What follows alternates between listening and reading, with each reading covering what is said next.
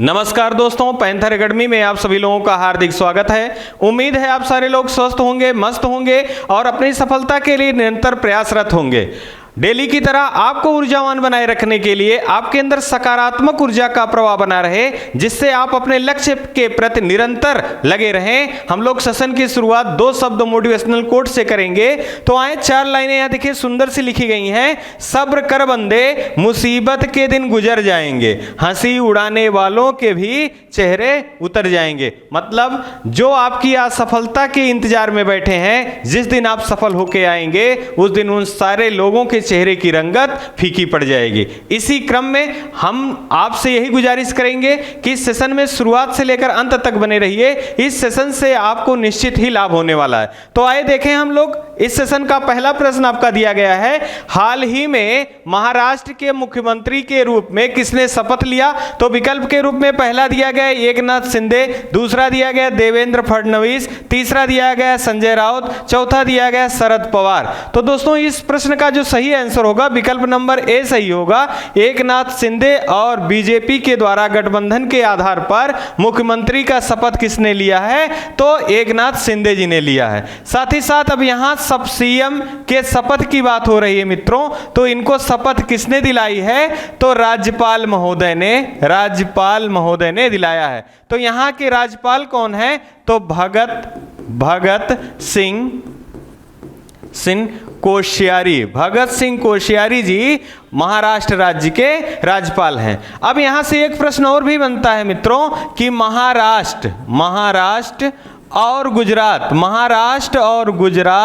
2 ऐसे राज्य हैं दोस्तों जो 1 मई 1960 ईस्वी में इनका गठन हुआ था। इसी कारण प्रत्येक 1 मई को ये दोनों राज्य अपना स्थापना दिवस के रूप में मनाते हैं। यहां से एक प्रश्न और भी आपको जानना जरूरी है मित्रों कि हाल ही में चर्चा में रहा लोनार झील का संबंध भारत के किस राज्य से है? तो महाराष्ट्र राज्य से है। और यह किस प्रकार की झील है? यह क्रेटर झील है। साथ ही साथ हाल ही के दिनों में इस झील के जल में रंग परिवर्तन की भी स्थिति देखी गई थी। इसी कारण यह प्रश्न यहां से बना हुआ।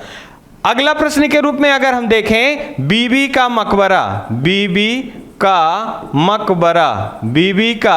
मकबरा भारत के किस राज्य में स्थित है? तो वह भी महाराष्ट्र राज्य के औरंगाबाद में स्थित है। और इसे किसे बनवाया था? औरंगजेब ने इसे बनवाया था। साथ ही साथ इसे ताजमहल की भद्दी नकल के नाम से भी जाना जाता है। अब यहाँ बात हो रही राजनीतिक कैरियर की, तो हम यहाँ जाने कि भारत में कुल राजनीतिक दल कितने हैं? तो भारत में कुल राजनीतिक राष्ट्रीय दल जो हैं वो 8 दल हैं। और 8वां दल कौन सा है? तो पीपल्स फ्रंट पार्टी जो है, जिसकी जो सिंबल है वो किताब है पीए संगमा जी की है। साथ ही साथ अगर हम यही एक प्रश्न और भी देख लें, महाराष्ट्र राज्य से संबंधित है कि महाराष्ट्र राज्य में येलोरा की गुफा भारत के किस राज्य से संबंधित है? तो महाराष्ट्र राज्य में स्थित है। और इसे किसे बनवाया था? तो राष्ट्रकूट वंश के शासकों ने एलोरा की गुफाओं का निर्माण कराया था। ये सारे प्रश्न अत्यंत ही महत्वपूर्ण हैं और आपको इन्हें याद रखना चाहिए। आइए इसी क्रम में अगला देख लें। हाल ही में जीएसटी दिवस के रूप में किस दिवस को मनाया गया? तो देखिए यहाँ दिया गया पहला 1 जुलाई, दूसरा दिया गया 2 जुलाई, तीसरा दिया गया 3 जुलाई, चौथा दिया गया मित्रों 4 जुलाई। तो यहाँ जो सही विकल्प हमारा होगा विकल्प नंबर ए सही होगा, 1 जुलाई। अब जीएसटी से हाल फिलहाल के परीक्षाओं में बने जो प्रश्न हैं अगर उनको हम देख लें तो यहां से आने वाली परीक्षाओं में जो जीएसटी से संबंधित प्रश्न बनेंगे वो गलत होने के चांस कम हो जाएंगे। जैसे अगर हम बात करें मित्रों कि भारत में जीएसटी कब लागू हुआ? तो 1 जुलाई 1 जुलाई 2017 में भारत में जीएसटी लागू हुआ। अगर विश्व के परिप्रेक्ष्य में देखा जाए मित्रों, तो सबसे पहले जीएसटी फ्रांस में 1954 ईस्वी में लागू किया गया था। कर चोरी को रोकने के लिए जीएसटी लागू किया गया था। अगर हम भारत में देखें तो भारत में किस समिति के आधार पर जीएसटी का गठन किया गया, तो विजय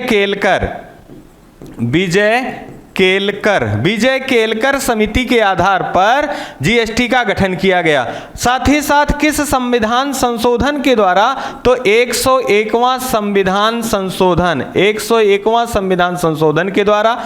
और यह किस प्रकार का टैक्स है, तो यह अप्रत्यक्ष प्रकार का टैक्स है। ये किस सूची का विषय है, तो ये समवर्ती सूची का विषय है। साथ ही साथ अगर हम यही बात करें कि किस अनुच्छेद में जीएसटी का वर्णन है, तो 246A अनुच्छेद में जीएसटी का वर्णन है। अगर हम बात करें कि जीएसटी परिषद का किस अनुच्छेद में वर्णन है, तो 279A में जीएसटी परिषद का उल्लेख है। साथ ही साथ अगर हम बात करें इसका स्लैब क्या है, तो इसका 5% से लेकर अधिकतम जो स्लैब है 28% है। मतलब अगर आपसे जीएसटी से इतने सारे प्रश्न आपने रिकॉल कर रखा है कि जीएसटी भारत में कब लागू हुआ, तो 1 जुलाई 2017, किस समिति के आधार पर, विजय केलकर समिति के आधार पर, और किस संविधान संशोधन द्वारा, तो 101वां संविधान संशोधन। यह किस प्रकार का टैक्स है, अप्रत्यक्ष प्रकार का टैक्स है। किस सूची का विषय है, यह समवर्ती सूची का विषय है। और किस अनुच्छेद में जीएसटी वर्णित है, तो 246A में वर्णित है। जबकि जीएसटी परिषद जो है ये 279A में वर्णित है और स्लैब 5% से लेकर 28% है। और हाल ही में 47वां जीएसटी परिषद का जो बैठक है वो कहाँ बुलाया गया, तो चंडीगढ़ में इस बैठक का आयोजन किया गया। एक प्रश्न और भी परीक्षा में बना हुआ है कि जीएसटी परिषद का प्रमुख कौन होता है, तो जीएसटी परिषद का प्रमुख जो होता है वो वित्त मंत्री होता है। ये सारे प्रश्न अत्यंत ही महत्वपूर्ण हैं। आए मित्रों, अगला प्रश्न देख लीजिए। हाल ही में चर्चा में रहा जगन्नाथ यात्रा का संबंध भारत के किस राज्य से है, तो यह देखिए, पहला दिया गया केरल, दूसरा दिया गया है उड़ीसा, तीसरा दिया गया तमिलनाडु, चौथा दिया गया है असम। तो यहां जो सही विकल्प होगा मित्रों, होगा विकल्प नंबर बी, उड़ीसा के पुरी में पुरी से जगन्नाथ यात्रा का आयोजन किया जाता है। और ये कब से कब तक, तो 2 जुलाई से 12 जुलाई तक इस जगन्नाथ रथ यात्रा का आयोजन किया जाएगा, जहां पर भारी संख्या में भक्तों की भीड़ होती है। और यह जो यात्रा है जगन्नाथ रथ यात्रा, यह चार धाम में भी शामिल है। तो यहाँ ये जानना होता है कि 4 धाम में कौन कौन से स्थल हैं, तो सबसे पहला बद्रीधाम या बद्रीनाथ भी के नाम से जाना जाता है, दूसरा द्वारका, तीसरा आपका रामेश्वरम और चौथा आपका उड़ीसा का पुरी। इन चारों स्थलों को मिलाकर चारों धाम यात्रा के नाम से जाना जाता है। साथ ही साथ अगर हम बात करें, उड़ीसा में ही एक प्रमुख मंदिर है कोणार्क मंदिर या उड़ीसा का कोणार्क मंदिर, या किस मंदिर के नाम से, या उड़ीसा का सूर्य मंदिर जो है ये कोणार्क मंदिर या सूर्य मंदिर के नाम से जाना जाता है। इसे ब्लैक पैगोडा के नाम से भी जाना जाता है। और भारत का एकमात्र मंदिर है जो सौर ऊर्जा से संचालित होता है। साथ ही साथ अगर हम बात करें केरल में, तो केरल में एक प्रसिद्ध मंदिर है सबरीमाला मंदिर का भारत के किस राज्य से संबंध है, तो सबरीमाला मंदिर का संबंध भारत के केरल राज्य से है। जबकि तमिलनाडु राज्य के बारे में बात करें, तो राजराजेश्वर मंदिर या बृहदेश्वर मंदिर का संबंध भारत के किस राज्य से है? तो वो तमिलनाडु राज्य से है। अगर हम बात करें यहां पर असम में, तो कामाख्या देवी का मंदिर भारत के किस राज्य में है? या आपसे इनडायरेक्टली प्रश्न पूछा जाता है कि अंबुबाची का मेला भारत के किस राज्य में लगता है? तो वो असम राज्य में लगता है और कामाख्या मंदिर के करीब में लगता है। ये कला और संस्कृति के आधार पर बहुत महत्वपूर्ण प्रश्न है। विगत वर्षों में यहां से देखेंगे तो प्रश्न बने हुए हैं। आइए इसी क्रम में अगला प्रश्न देख लें। हाल ही में 2022 में 36वें राष्ट्रीय खेल का आयोजन कहां किया जाएगा? तो यहां देखिए पहला विकल्प दिया गया दोस्तों उत्तर प्रदेश, दूसरा हरियाणा, तीसरा गुजरात, चौथा कर्नाटक। तो मित्रों इस प्रश्न का सही आंसर जो आपका होगा यह होगा विकल्प नंबर सी, गुजरात। गुजरात राज्य में 36वां राष्ट्रीय खेल का आयोजन किया जाएगा। साथ ही साथ अगर हम ही गुजरात से संबंधित कुछ महत्वपूर्ण चीजें देखें जो कि परीक्षाओं में बार बार पूछी जाती हैं, स्टैचू ऑफ यूनिटी का संबंध किस राज्य से है? तो इसका संबंध गुजरात राज्य से है। और ये किस नदी पर बनाया गया है? तो ये नर्मदा नदी पर बनाया गया है और सरदार सरोवर डैम पर। और अगर हम यही बात करें Gir national park, black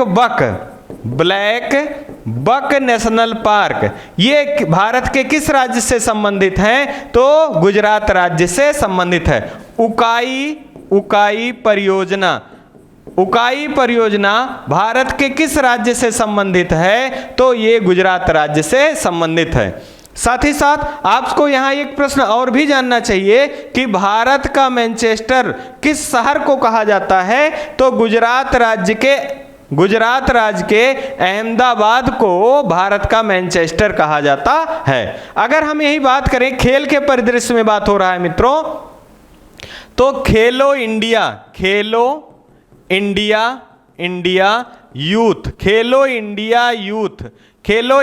youth game का आयोजन कहां किया गया? तो खेलो इंडिया यूथ गेम का आयोजन हरियाणा के पंचकुला में किया गया। और इसमें प्रथम स्थान पे कौन राज्य रहा? तो हरियाणा रहा। जबकि खेलो इंडिया यूनिवर्सिटी गेम का आयोजन कहां किया गया? तो यह कर्नाटक राज्य में किया गया और इसमें प्रथम स्थान पर जैन यूनिवर्सिटी रहा। अगर हम यही बात करें अन्य प्रदेश के बारे में जानकारी से संबंधित कुछ महत्वपूर्ण जानकारी, अगर उत्तर प्रदेश से संबंधित बात करें तो उत्तर प्रदेश में सर्वाधिक विधानसभा सीटें और सर्वाधिक लोकसभा सीटें और विधान परिषद की सीटें सर्वाधिक किस राज्य में हैं? तो भारत के उत्तर प्रदेश में लोकसभा सीटें, विधानसभा सीटें और साथ ही साथ विधान परिषद की सीटें सर्वाधिक कहां हैं? तो वो उत्तर प्रदेश में हैं। आइए इसी क्रम में अगला प्रश्न देख लें। हाल ही में चर्चा में रही फर्डिनेंड मार्कोस जूनियर ने किस देश के राष्ट्रपति के रूप में शपथ लिया? अब यहां पर देखें पहला दिया गया यूएसए, दूसरा दिया गया जापान, तीसरा दिया गया इटली, चौथा दिया गया फिलीपींस। तो यहां जो सही विकल्प आपका होगा विकल्प नंबर डी होगा फिलीपींस। अब यहीं पे जाने कि फिलीपींस की राजधानी क्या है? तो फिलीपींस की राजधानी जो है वो मनीला है। फिलीपींस की राजधानी मनीला है। अगर आप ये रिकॉल कर पा रहे हो तो अंतरराष्ट्रीय चावल अनुसंधान संस्थान कहाँ स्थित है? तो फिलीपींस की राजधानी मनीला में स्थित है। एशिया का नोबेल पुरस्कार कहा जाने वाला पुरस्कार कहाँ से वितरित किया जाता है? तो मनीला से वितरित किया जाता है। इसका नाम क्या है? रेमन मैगसेसे पुरस्कार है। अगर हम यही बात कर लें फर्डिनेंड मार्कोस जूनियर, ये मनीला के किस क्रम के राष्ट्रपति के रूप में शपथ लिया है इन्होंने? तो 17वें राष्ट्रपति के रूप में इन्होंने शपथ लिया है। अगर हम बात करें यहीं यूएसए से संबंधित, तो यूएसए के जो राष्ट्रपति हैं जो बाइडेन हैं, और पहली महिला उपराष्ट्रपति के रूप में भारतीय मूल की कमला हैरिस जी हैं। जबकि जापान से संबंधित अगर बात करें हम, तो जापान की राजधानी टोक्यो है, जापान की राजधानी टोक्यो है, और टोक्यो 4 मुख्य द्वीपों पर बसा है, होन्शु, होक्काइडो, शिकोकू, क्यूशु। इन द्वीपों पर जापान बसा हुआ है और यहां से निरंतर प्रश्न क्रम के आधार पर सजाने के लिए प्रश्न आते रहते हैं। जबकि अगर इटली की बात करें तो इटली की राजधानी रोम है और यहीं से शांति का नोबेल पुरस्कार का जो आयोजन किया जाता है या वितरण किया जाता है वो इटली की राजधानी रोम से किया जाता है। आइए इसी क्रम में अगला प्रश्न देखें। हाल ही में चर्चा में रहा विश्व का सबसे बड़ा नौसैनिक अभ्यास रिमपैक 2022 के आयोजन में भारत के तरफ से कौन भाग लेगा? अब यहां देखिए दिया गया है आईएनएस कलवरी, आईएनएस करंज, आईएनएस सतपुड़ा और आईएनएस बेला। तो यहां जो सही विकल्प आपका है विकल्प नंबर सी सही होगा। आईएनएस सतपुड़ा जो है यह भाग लेगा कहां? ये रिमपैक युद्धाभ्यास में। अब सतपुड़ा भाग लेगा तो यहां से आपको यह प्रश्न ध्यान रखना है कि यह विश्व का सबसे बड़ा युद्ध अभ्यास है और किसका युद्ध अभ्यास है? नौसेना का। अब यहां से कुछ युद्धाभ्यास से महत्वपूर्ण प्रश्न पूछा जाता है, अगर हम रिकॉल कर लें तो वहां से गलत होने के चांस कम होंगे। जैसे सूर्य किरण युद्धाभ्यास किन किन देशों के बीच होता है? तो भारत और नेपाल के बीच में होता है। मित्र शक्ति युद्धाभ्यास किसके साथ होता है? तो श्रीलंका और भारत के बीच में होता है। अगर हम बात करें संप्रीति युद्धाभ्यास किन किन देशों के बीच में होता है? तो बांग्लादेश और भारत के बीच में संप्रीति युद्धाभ्यास होता है। साथ ही साथ बोगो सेना और कारपेट युद्धाभ्यास भी बांग्लादेश के साथ होता है। अगर हम बात करें वज्र प्रहार युद्धाभ्यास किन किन देशों के बीच में होता है? तो भारत और संयुक्त राज्य अमेरिका के बीच में होता है। अगर हम बात करें काजिंद युद्धाभ्यास किन किन देशों के बीच में होता है? तो भारत और किर्गिस्तान के बीच में काजिंद होता है। जबकि खंजर युद्धाभ्यास जो होता है वो भारत और किर्गिस्तान के बीच में होता है। काजिंद भारत और कजाकिस्तान के बीच में होता है। जबकि अगर हम बात करें मालाबार युद्धाभ्यास की, मालाबार युद्धाभ्यास की, तो यहां पर 4 देश क्वाड देश भाग लेते हैं। जापान, ऑस्ट्रेलिया, यूएसए और भारत। ये 4 देशों का संयुक्त जो सम्मेलन है इसे क्वाड के नाम से जाना जाता है, क्वाड देशों के नाम से। और इनके बीच में युद्धाभ्यास जो होता है वो मालाबार युद्धाभ्यास होता है। ये अत्यंत ही महत्वपूर्ण युद्धाभ्यास हैं, यहां से प्रश्न लगातार बनते हैं। आइए इसी क्रम में अगला प्रश्न देख लें। हाल ही में जारी ईज ऑफ डूइंग बिजनेस में भारत का कौन सा राज्य प्रथम स्थान पर है? अब यहां देखिए पहला दिया गया आंध्र प्रदेश, दूसरा दिया गया उत्तर प्रदेश, तीसरा केरल और चौथा दिया गया कर्नाटक। अब यहां से जो सही आंसर आपका होगा विकल्प नंबर ए सही होगा, आंध्र प्रदेश।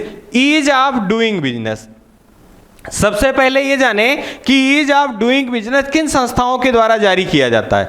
विश्व लेवल की बात करें मित्रों तो विश्व लेवल के आधार पे विश्व बैंक के द्वारा जारी किया जाता था ईज ऑफ डूइंग बिजनेस, जो कि अब बंद कर दिया गया है। और जिस वर्ष इसको बंद किया गया था उस समय भारत का जो ईज ऑफ डूइंग बिजनेस में रैंक था वो 43वां था। साथ ही साथ अगर हम बात करें भारत में ईज ऑफ डूइंग बिजनेस किस मंत्रालय के द्वारा जारी किया जाता है? तो वाणिज्य मंत्रालय के द्वारा जारी किया जाता है। और भारत के वाणिज्य मंत्री कौन से हैं? केंद्रीय वाणिज्य मंत्री तो पीयूष गोयल जी हैं। अगर हम बात करें यहीं आंध्र प्रदेश के बारे में तो आंध्र प्रदेश प्रथम स्थान पे है, आंध्र प्रदेश प्रथम स्थान पे, कर्नाटक दूसरे स्थान पे, साथ ही गुजरात गुजरात तीसरे स्थान पे।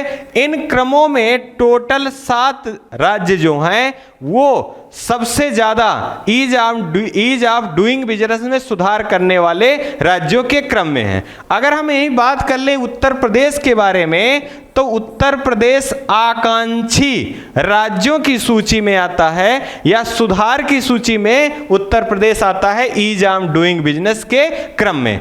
अब यहां रैंक से बात हो रही है, सूचकांक से बात हो रही मित्रों, तो हाल फिलहाल में जो कुछ सूचकांक आए हैं उनसे महत्वपूर्ण जानकारी अगर हम रिकॉल कर लें तो यहां पर गलत होने के चांस कम होंगे। जैसे अगर हम बात करें 180 सूचकांक जो है, या भारत 180 सूचकांक में कौन सा पायदान है जिसपे 180वें पायदान पे भारत है, तो विश्व पर्यावरण, या आप ऐसा कह लीजिए विश्व पर्यावरण सूचकांक में भारत का स्थान कितना है, तो 180 देशों में अंतिम पायदान पे कौन सा है, तो भारत है, और इसका जो इंडेक्स की सूची में स्थान है 180वां है।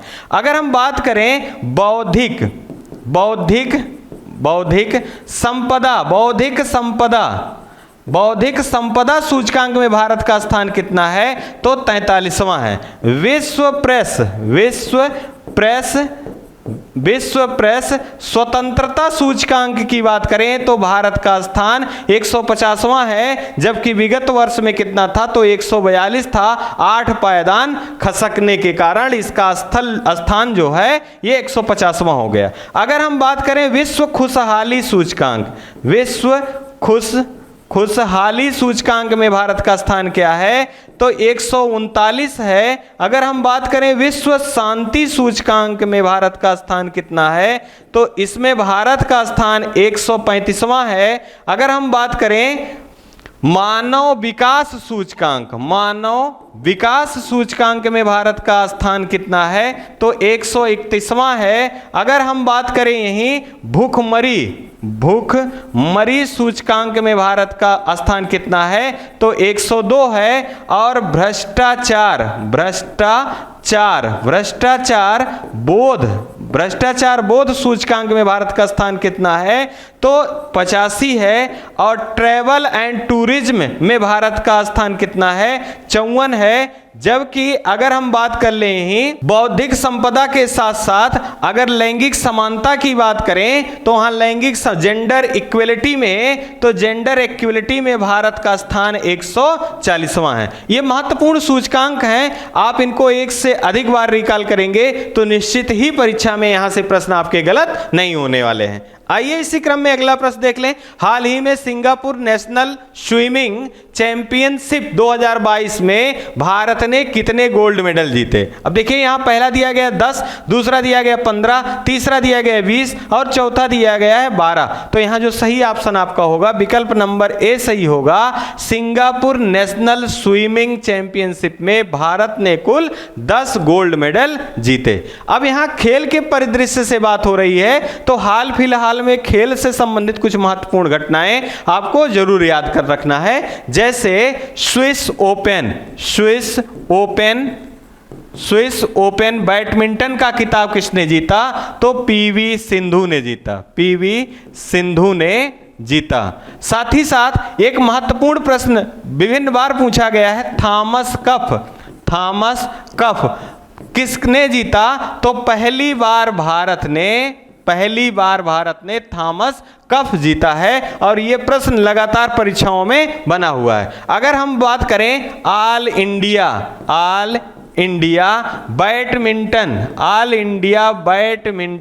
चैंपियनशिप का खिताब किसने जीता, तो लक्ष्य सेन ने जीता। अगर हम बात करें यहीं ऑल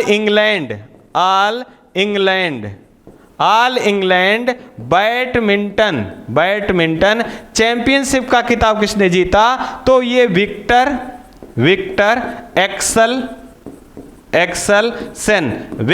एक्सेलसन ने जीता। अगर हम यही बात करें अंडर 19 कप किसने जीता, तो भारत ने जीता। अगर हम बात करें आईसीसी वर्ल्ड कप का खिताब किसने जीता, तो ऑस्ट्रेलिया। महिला आईसीसी वर्ल्ड कप का खिताब किसने जीता?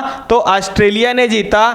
T20 महिला वर्ल्ड कप का खिताब किसने जीता? तो ये भी ऑस्ट्रेलिया ने जीता। ये सारे प्रश्न अत्यंत ही महत्वपूर्ण हैं।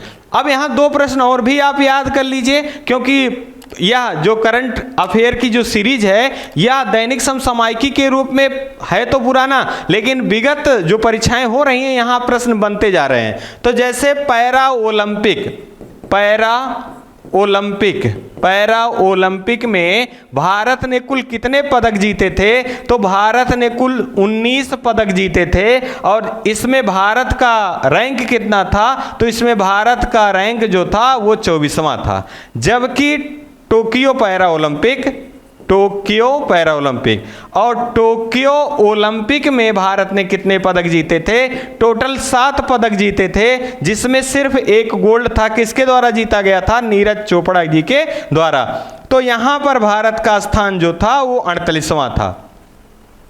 ये सारे प्रश्न अत्यंत ही महत्वपूर्ण हैं। और एक प्रश्न और भी जानिए, ICC वर्ल्ड कप 2023 विश्व वर्ल्ड कप 2023 का आयोजन कहाँ किया जाएगा? तो ये भारत में किया जाएगा। और विश्व फुटबॉल का जो फीफा वर्ल्ड कप है उसका आयोजन कहाँ किया जाएगा? 2022 में। तो इसका फीफा का आयोजन 2022 में दोहा कतर में किया जाएगा। ये भी प्रश्न अत्यंत ही महत्वपूर्ण है।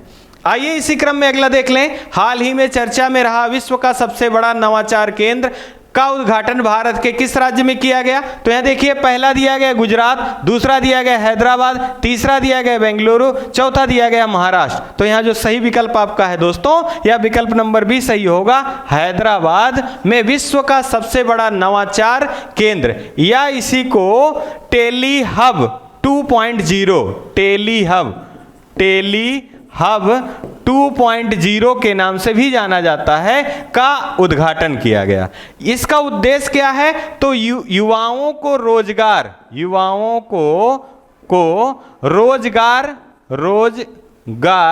परक बनाना। अब यहां से आपको ये प्रश्न अत्यंत ही महत्वपूर्ण के रूप में याद रखना है कि विश्व का सबसे बड़ा नवाचार केंद्र पूछा जाए या टेलीहब पूछा जाए, दोनों का आंसर क्या होने वाला है? हैदराबाद होने वाला है। अब हैदराबाद किस राज्य की राजधानी है? तो ये तेलंगाना की राजधानी है हैदराबाद। अब यहाँ तेलंगाना का गठन कब हुआ था? तो 2 जून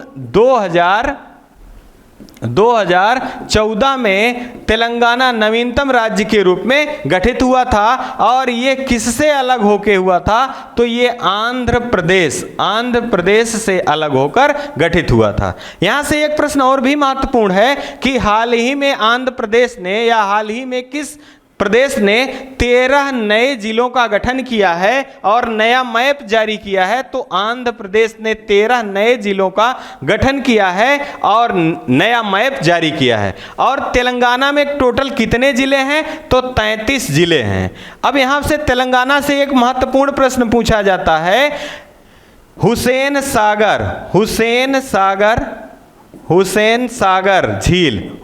सागर झील भारत के किस राज्य में स्थित है? तो ये तेलंगाना राज्य में स्थित है। साथ ही साथ आपसे पूछा जाता है कि तेलंगाना से संबंधित या हैदराबाद से ही संबंधित हैदराबाद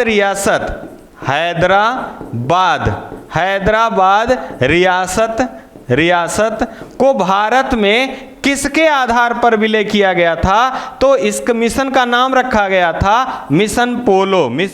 पुलिस कार्रवाई मिशन पोलो के आधार पर हैदराबाद को भारत में विलय किया गया था। और कब किया गया था? तो 1948 ईस्वी में हैदराबाद का विलय किया गया था। और आपसे एक प्रश्न यहां भी ऐसा पूछा गया है कि सबसे बड़ा विंग एयर शो का आयोजन भारत में कहां किया गया? तो बेगमपेट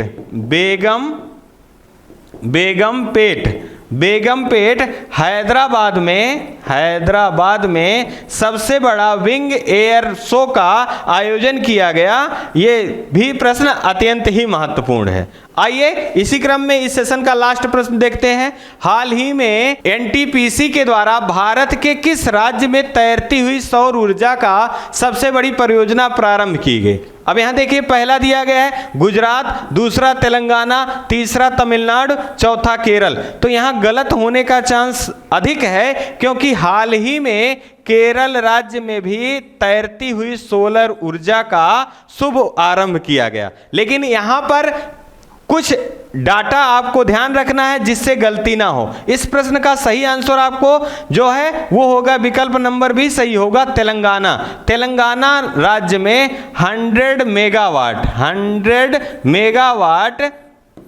मेगावाट तैरती हुई सौर ऊर्जा का उद्घाटन किया गया, और ये भारत का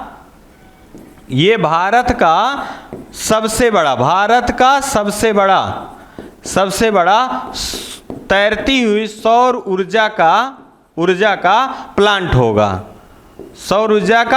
होगा। जबकि जो केरल की बात हो रही है, हाल ही में किया गया है, तो ये 92 मेगावाट की तैरती हुई ऊर्जा का जो सौर ऊर्जा का परियोजना है उसका उद्घाटन किया गया था। इसी कारण यहां से क्वेश्चन गलत होने का चांस अत्यधिक है। आपको ध्यान रखना है कि जो तेलंगाना में किया गया है उसका जो 100 मेगावाट का है, इसी कारण वह सबसे बड़ा होगा, जबकि केरल का जो है वो 92 मेगावाट का है, इसी कारण ये छोटा होगा।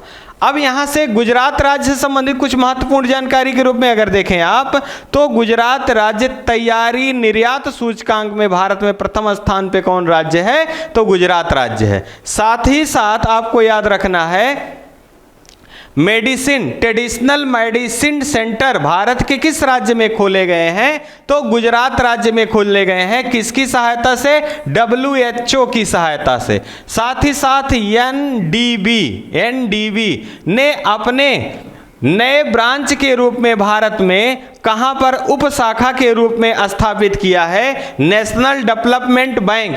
तो ये गिफ्ट सिटी गुजरात में स्थित है। यहां पर एनडीबी बैंक ने अपनी उप शाखा को खोला है या उप शाखा का उद्घाटन किया है। ये सारे प्रश्न अत्यंत ही महत्वपूर्ण हैं, और इन 10 प्रश्नों के आधार पर स्टैटिक करंट या इनसे मिलते हुए जो महत्वपूर्ण बिंदु थे उन पे हम लोगों ने चर्चा की, और उम्मीद है ये सेशन आपको पसंद आया होगा। और आपको पुनः एक बार ऊर्जावान बनाए रखने के लिए मुश्किल नहीं है कुछ दुनिया में, तू जरा हिम्मत तो कर, ख्वाब बदलेंगे हकीकत में, तू जरा कोशिश तो कर। मतलब आप अगर अपने सपने को पूरा करना चाहते हैं तो इसका एक ही मूल मंत्र है कि आपको अपने लक्ष्य के प्रति निरंतर कार्य करना होगा। अगर आप ऐसा कर रहे हैं तो निश्चित ही आपको सफलता मिलेगी। इसी क्रम में इस सेशन से हम आपसे विदा लेना चाहेंगे। आप अपना और अपने परिवार का खूब सारा ध्यान रखिए। जय हिंद, जय भारत।